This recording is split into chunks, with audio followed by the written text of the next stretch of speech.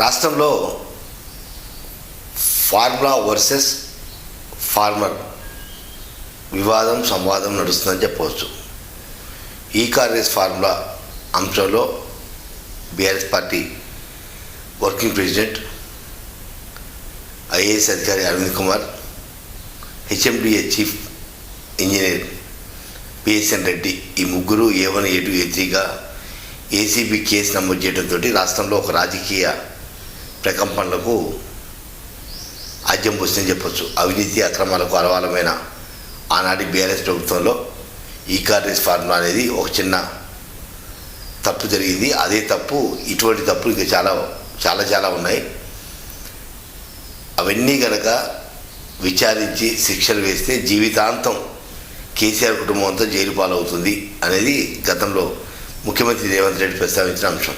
అయితే అదే సమయంలో ఈ కాంగ్రెస్ ఫార్ములా విషయంలో 55 కోట్ల అవినీతి అక్రమాలు జరిగాయంటూ ఏసీబీ కేసు నమోదు చేయడం, విచారణకు కేటీఆర్కి నోటీస్ ఇవ్వడం, కేటీఆర్ సైతం హైకోర్టును ఆశ్రయించడం, తన మీద పెట్టిన కేసుని కొట్టివేయాలంటూ క్వాష్ వేయటం, క్వాష్ని హైకోర్టు తిరస్కరించడంతో కొంత రాజకీయ సంవాదాలకు వివాదాలకు ఈ కాంగ్రెస్ ఫార్ములా వేదికగా మారింది. అదే సమయంలో కేటీఆర్ మీడియాతో మాట్లాడుతూ కాన్ఫిడెంట్గా తానేం తప్పు చేయలేదు, నిజాలు నిదానంగా తెలుస్తాయి, వెయిట్ అండ్ సీ అంటూనే ఏదైతే ఈ కాంగ్రెస్ ఫార్ములా అనేది డైవర్షన్ పాలిటిక్స్లో భాగంగా కాంగ్రెస్ ప్రభుత్వం రేవంత్ రెడ్డి సర్కార్ దాన్ని ప్రజల దృష్టి మళ్లించేందుకు ప్రయత్నం చేస్తుంది.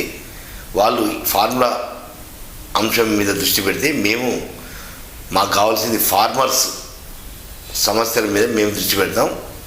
ఇది వ్యక్తిగతంగా నాకు కాంగ్రెస్ పార్టీ మధ్య నడుస్తున్న అంశం తప్ప ఇది ప్రజలకు సంబంధం లేదు. అందువల్ల మేము ఈ కేసు అంశాన్ని పక్కకు పెట్టేస్తాం. కేవలం ఫార్మర్ల సమస్యలు, గతంలో ఎన్నికల సమయంలో కాంగ్రెస్ ప్రభుత్వం ఇచ్చిన రుణమాఫీ, రైతు భరోసా, 6 గ్యారెంటీల అమలు, 420 హామీల అలవికాని హామీల అంశాలు ఈయే మాకు ప్రధాన ఎజెండా. అంతకుమించి మేము వేరే అంశాల జోలికి వెళ్ళము.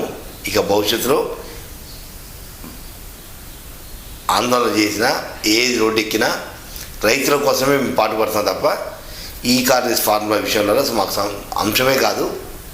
అది కోర్టు న్యాయస్థానం మీద మాకు నమ్మకం ఉంది కాబట్టి మేము ఫార్మర్స్ నమ్ముకున్నాం, వాళ్ళు ఈ ఫార్ములా నమ్ముకున్నారు. అంతమించి ఏం లేదు. ఓన్లీ డైవర్షన్ పాలిటిక్స్ తప్ప ప్రజలకు తాము ఇచ్చిన హామీలను అమలు చేయడం చేతకాక కాంగ్రెస్ ప్రభుత్వం ఆడుతున్న హై డ్రామాలో ఇదొక డ్రామా అంశం తప్ప ఏమీ లేదు. దీంట్లో న్యాయస్థానం వాస్తవాంశాలు పరిశీలిస్తుంది, విచారణ కొనసాగుతుంది.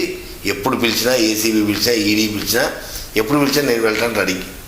కానీ ప్రజల్ని మభ్యపెట్టేందుకు, ప్రజలకు ఇచ్చిన హామీలు నెరవేర్చే సత్తా, దమ్ము కాంగ్రెస్ ప్రభుత్వం లేకపోవటం వల్ల దాన్ని ఏదో రకంగా దృష్టి మళ్లించే ప్రయత్నంలో భాగమే ఈ కాంగ్రెస్ ఫార్ములా అనే అంశాన్ని కేటీఆర్ స్పష్టం చేశారు.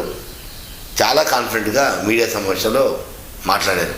మొత్తం మీద కాంగ్రెస్ ప్రభుత్వం ఈ ఫార్ములా నమ్ముకుంటే మేము మాత్రం ఫార్మర్స్ నమ్ముకున్నాము, అదేవిధంగా మేము ఆందోళన చేపడతాం. కాంగ్రెస్ ప్రభుత్వం మెడలు ఉంచేది మా వంతు మేము ప్రయత్నం చేస్తామంటూ ఖరాఖండిగా తెలియజెప్పారు. మొత్తం మీద ఫార్ములా వర్సెస్ ఫార్మర్స్ అనే అంశానికి దారి ఎటు తీస్తుందో భవిష్యత్తులో తేలనుంది.